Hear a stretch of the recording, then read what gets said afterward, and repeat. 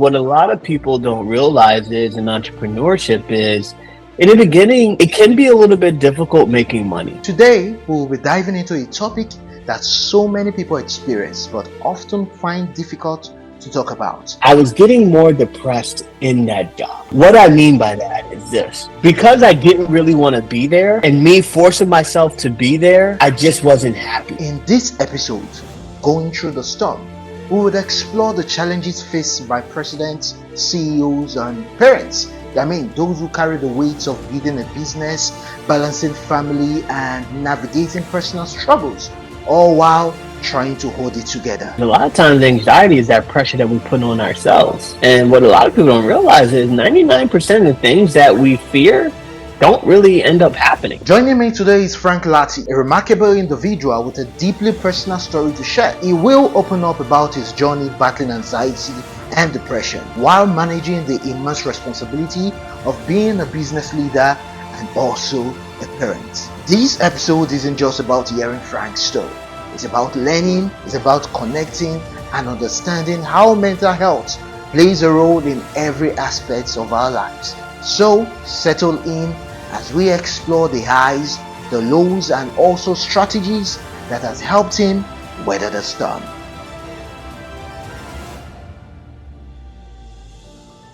Today we're going to be talking about, we're going to be talking about going through the storm as an entrepreneur, a dad, and also a man.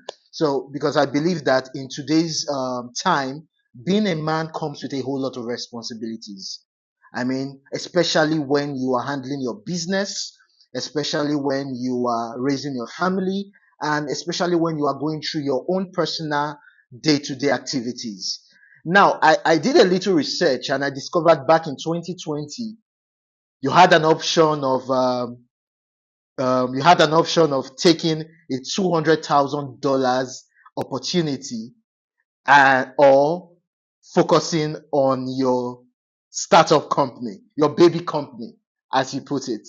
Now, I'm sure you actually went through some thoughts. I mean, you were anxious at some point. I believe you should have thought. I don't know if you did think it twice. So maybe, okay, this is good money here. I believe this is good money here, or you focus on your company. Now, I want you to take us back through that journey and let us know your experience. And yeah, just let us know your experience. Yes, he did an excellent research on that, Victor. Thank you. Yeah. Again, hi Thank you. everyone. Frank Latte here, CEO Latte Wellness Group. Yeah, we started in 2020 and it was by God's grace. Slowly and surely we rebuilt it. And for me, what helped me navigate some challenges, and we'll get to that decision point in a second here, but what helped me navigate it was the fact that I did have a stability of a full-time job that paid very, very well, right? Oh, okay. Because entrepreneurship, it has the highs are high, but the lows are very, very, very, very low, right? And so, and then especially what a lot of people don't realize is in entrepreneurship is in the beginning, it can be a little bit difficult making money. What I mean by that is not that you necessarily don't make any money. It's just the fact that you constantly, in order for it to grow, you constantly have to reinvest that money back into the business. Right. And so now what a lot of times what you see is folks that want the quick buck, they take that money out, they take those quick profits, and then you see that the business kind of stales or kind of just doesn't grow. Right. And so so we did reinvestment. So that time I had a nice government contract. Again, by the grace of God, I worked with a very, very good manager. He gave me the deal of a lifetime because we were doing some specialized IT services. But for me, it got to a point where I was a little bit too comfortable at that job, right? It was good. Yeah. So it was good, but I'd been working there over 10 years already. Right. My love for that thing wasn't quite there. You Hmm. know.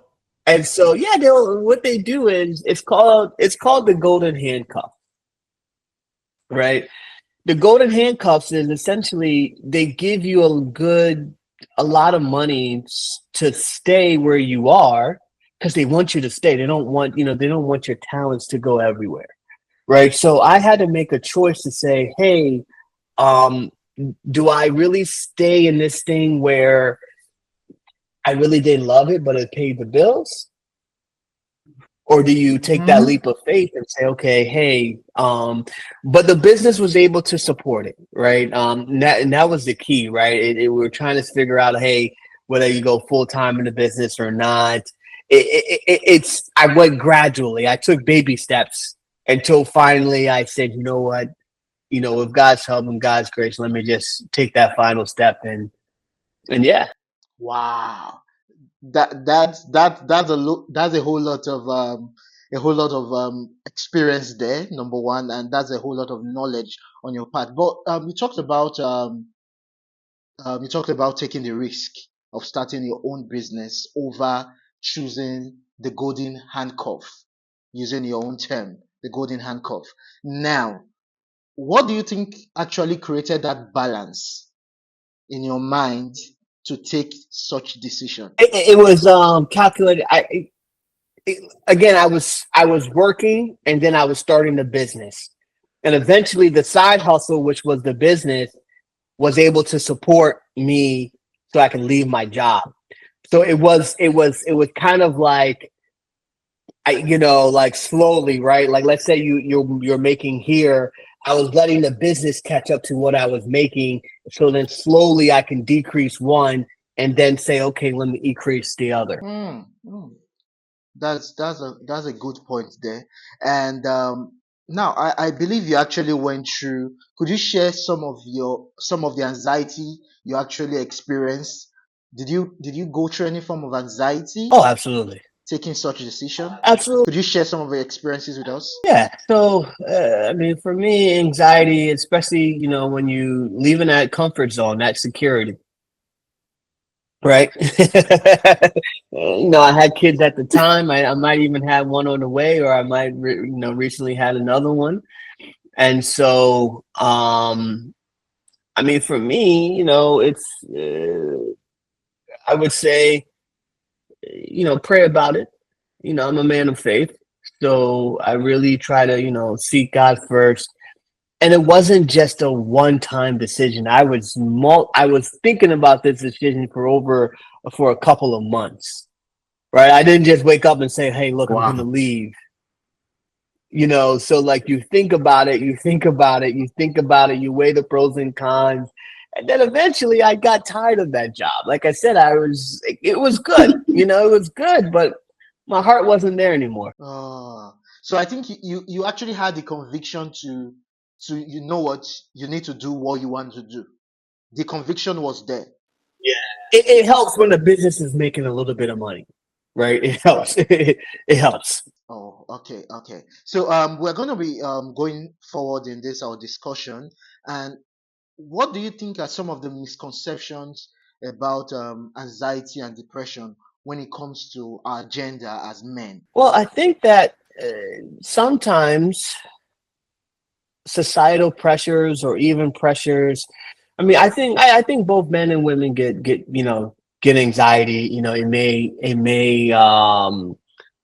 It it, it may look differently, right? But like let's say in my case, at that time, maybe one of the main causes of anxiety is the fact that hey, you are trying to uh where's your security going to come from, right? And so when you're leaving a very, very secure thing to something that again it fluctuates and you are the sole provider, right? You're providing for the family. My wife wasn't working at that time. She was childcare in the US it can be a little bit expensive, so we just made that decision. hey, you can focus on the kids. And so, uh, in that situation, one can look at it, or you can be like, well, hey, if I'm not bringing in the money, then who is? Right? Which can be very, very anxiety provoking, because if you're Yeah. going to leave a lot of money on the table, right? And again, I salute people. I know a lot of people that can do both. Right. I know a lot of Yeah. people here in this place, man, they having like $200,000-$300,000 jobs. Right. They're balancing it. They're doing all of that. The tough part for me was because of the fact that, like, I have on my business, we're doing, we had to constantly do a lot of meetings, a lot of hiring. Right. And I had to Yeah. go check on things. And so it's just, I wanted that freedom, Victor. That freedom.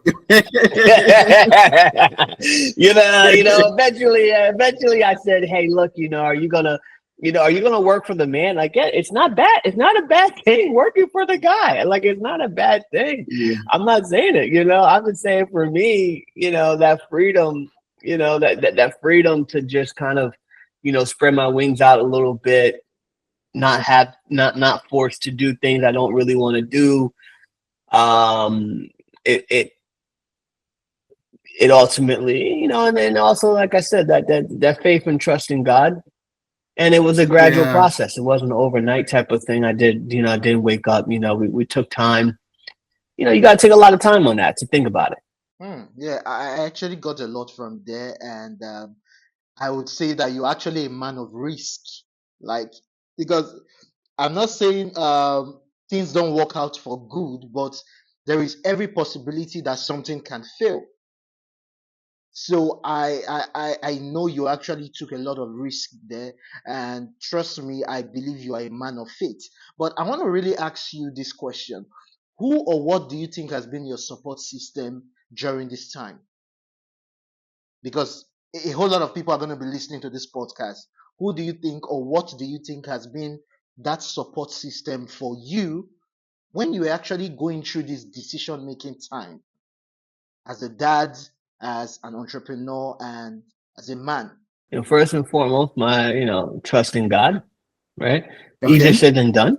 Very, very easier said than done. Um, so definitely through prayers, reading the Bible, just doing this. It was a journey. My wife has been a pillar of support. Mm. Very, very encouraging, because when you're leaving one job, you're gonna have to tell her, "Hey, honey." It's a interesting conversation to have, right? Hey, honey, you're not working, and I'm the only one that's working here. But the thing that's been stable, I'm actually going to leave this for this other thing, and so but ultimately I had her support, ultimately. And here's the other thing too, right? We were talking off camera about the economy in Nigeria, right? One of the biggest differences here in the US, especially in what I was doing IT. Right. So I was doing a lot of IT implementations and things of that nature. And I live in the state of Maryland. And Maryland, there's a lot of federal contractors out here. Right. So ultimately, what I said to myself was, okay, what's the worst that could happen? The worst that could happen was, okay, the entrepreneur venture doesn't pan out, but you can always find another company. They may not pay you as much, but you can always find another one with the skills. I made sure that I had the certifications. They're looking for certain things. I had that proven track record. And technically, I believe I could always go back to my old job, because they're always looking for talent. Right? Hey, Mm. I mean, it'll be a bunch of jokes. Hey, Frankie, how'd that thing work out for you? I see you're back, Hey, you swallow your pride. And so and also that focus once I left, that security blanket, that focus of not never wanting to go back there and not, not wanting to, be looked at as a failure, it provides a great motivating factor. Oh, yeah. That's really that should actually be a very great motivation. But I want you to be sincere with us right now. How did your wife take up with that conversation? Like, what was that sincere response like?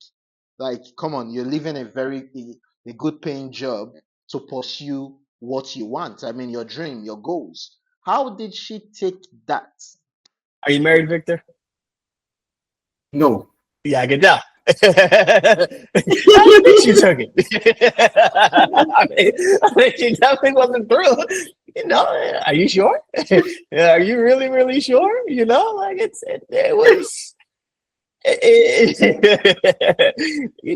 a tough conversation to have. I think, remember, at that point, I can't remember, we just had our kid or we're just having another one.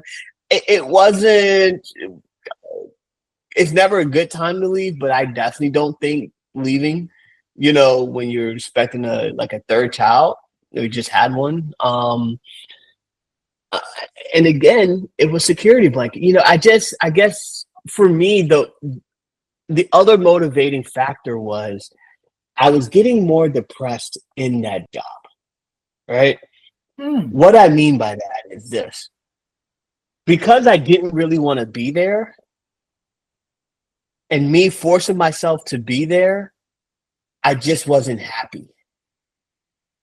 Right? So although, yes, on paper, you're making it financially, mentally, I don't want to be there. And the problem is, for me, I realized that it could be mentally draining.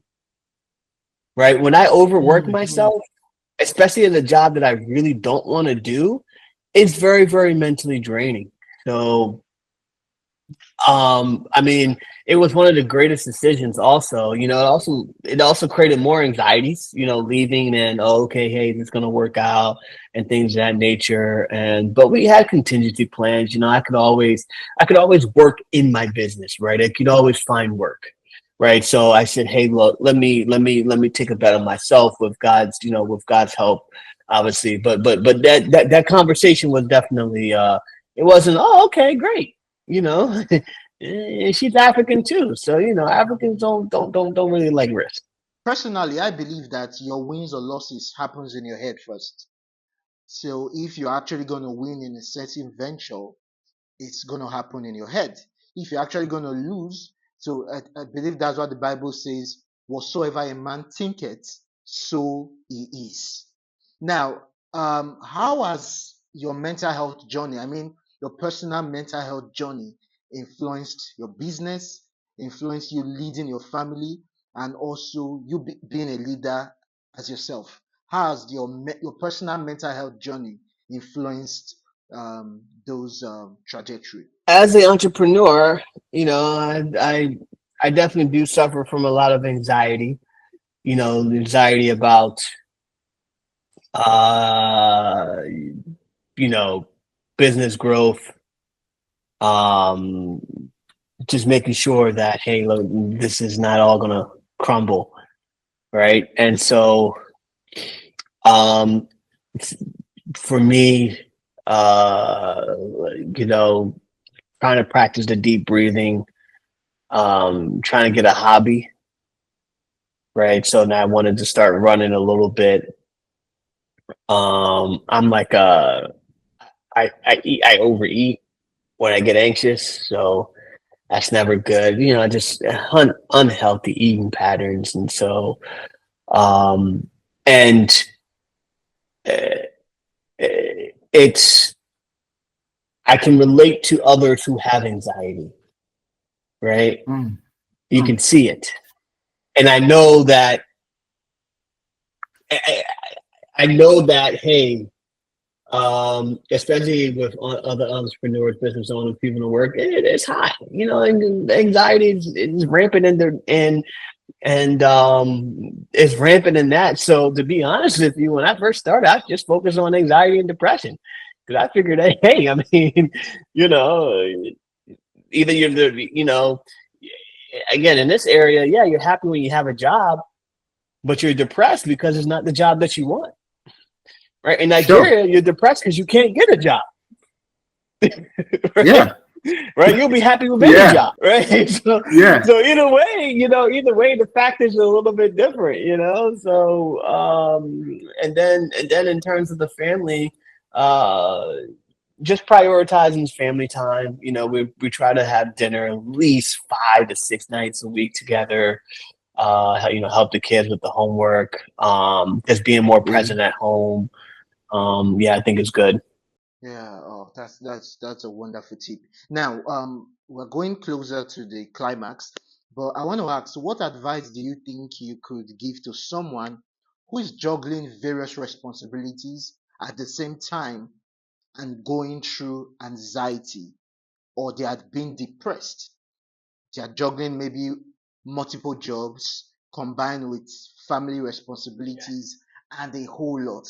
Now, what advice would you give to someone who is battling with anxiety and depression in such state? Remember, now comparing to you, I believe you've saved a lot before you made that decision to drop your job, and you could also go back to them if, God forbid, anything happened.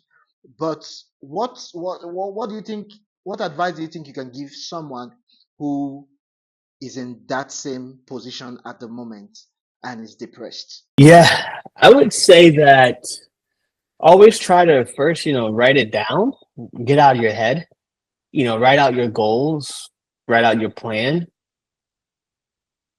right? Because a lot of times anxiety is that pressure that we put on ourselves. And what a lot of people don't realize is 99% of the things that we fear don't really end up happening, Hmm. right? Hmm. Yeah.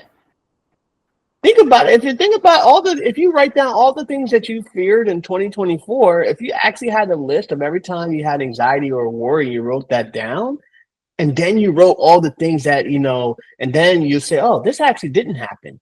This actually didn't Hmm. happen. Right. So, first of all, try to get out your head, try to make a plan, and just be realistic with yourself. Right. Okay. Again, there's some people that they can overwork themselves like crazy. Right. My problem was I already reached that point where I couldn't overwork myself because I've been doing it for years because it was really hard working a full-time job and building up this thing. Like I did it for like 3 years, and so, I was that, 5 to 9 entrepreneur doing all of that, so I was at the point of burnout. And then I said, hey, I, I would also say, make sure that um do you see the light at the end of the tunnel, right, to give you hope. Right, for me, I saw that the Hmm. business could support itself. I could eventually lead this thing. The full-time job was just a means to an end, right? It was just a means to an end to say, hey, eventually I'm going to leave, so I had something to look forward to. Right. Hmm. Again, I salute those folks that can work indefinitely and say, look, I'm gonna do 2, 3 jobs, this and this, and so then and then also just in the beginning, really, really watch your lifestyle, watch your expenses. And I'm preaching to myself too, right? Like try to cut out excess fat, right? Try to be very, very lean when you have those things and say, okay, hey, look, is this necessary? Do I need to do this? Do I need to do that? And for me, I kind of just always would try to just reinvest back into the business, right? So try to be really, really lean. Try to be financially fiscal as possible. Try to take better care of your health, especially your health. Do something that you love to do, right? Try to keep it simple, you know. Um, and for me, it was good because I just kept my head down. Just kept my head down. Hmm. I had outlets here and there, But the time when I left, I knew it was time for me to go because I was like, I can't stand this anymore. I can't do this stuff. And I was like, hey, look, I've done my time. You know, Do you think you actually regret any decision thinking back now? no, no. I mean, I probably wish I would have left sooner. No, no, no, no. I think all it all happened at the time that was supposed to happen, and we just thank God it worked out smooth. Hmm. I am actually I'm actually marveled that I tell myself every day that I'm really inspired by your courage and the way your leadership skills and the way you handle your business. And I'm not surprised at the way you handle your family, because it's actually going to be the same thing, the way you care for the people under you, and also getting to know how much time you spend with your family. It just shows that you've done a whole lot of work on your personal self, and also is reflecting right now. And I don't know, do you have any last word to say regarding for those people listening, for the people going to be listening to this podcast? Do you have any last word for them regarding how to deal with anxiety and depression whenever they get to encounter challenges and have a whole lot of responsibilities on their plates? Yeah, I would say take it one day at a time. Try to get out your head, write write the things out, focus on the high priority items, right? Things that you need to do right away. Definitely don't try to take it all, right? Maybe if you're experiencing that high anxiety and depression, instead of trying to add more, try to take some things out, Hmm. right? Try to take some things out, try to simplify it, simplify your life and see, oh, I took this out and it didn't kill me, right? Hmm. Um, the more you can simplify the things, also the more you can document things. It's writing things down, documenting it, and then also faster you can try to fire yourself from certain jobs. Right. For me, I'm just like, hey, look, I'm the king of delegating, right? You make less. Yes, you do make less, but it's a trade-off between making less and having a better quality of life. And so, Hmm. also, yeah, yeah, Wow. yeah. And also, I Wow. just thank Wow. God for everything, right? Yeah. Yeah. Be have an attitude of gratitude. Just be thankful for what you do have right now. Don't always just focus on the thing. Seeking external validations, trying to just get this, focus on this. Maybe just focus on what you do have. And again, maybe if it's overwhelming, it's time to let some things go. Hmm. If you're in a toxic friend group, hey, you're gonna have to let some friends go. You'll be surprised, like, man, when you let some things go, the weight that's lifted off of your shoulders, man. Hmm. Wow. Wow. Wow. Wow. This episode has been so insightful. Now, my own personal take home is when you said most of the things you worry about never happens. That blew my mind. that blew my mind. Most of the things you worry about never happens. And right now, personally, I'm thinking like, what are actually the things I've been anxious about? I'm thinking of my head right now, and I'm realizing that none of them happened. Mm, So I was actually putting my own self in a place of down in a place of recess purposely. mm, And I should have just let it go, like leave it in the hands of God, take a step at a time, write down what I need to write, and just believe that there's going to be light at the end of the tunnel. I mean, this episode it has been super insightful, and I'm really grateful for taking out your time in gracing this platform with your presence and with your words of wisdom and knowledge. Thank you once again, and it's going to be the end of this session. And I want everyone to continue to watch our programs on Lati Wellness Group. You could check our website on www.latiwellness.com and follow us on our various social media channel to get insightful tips on mental health. And stay positive, stay blessed, and remember, most of the things you worry about never happened. Thank you and have a wonderful day.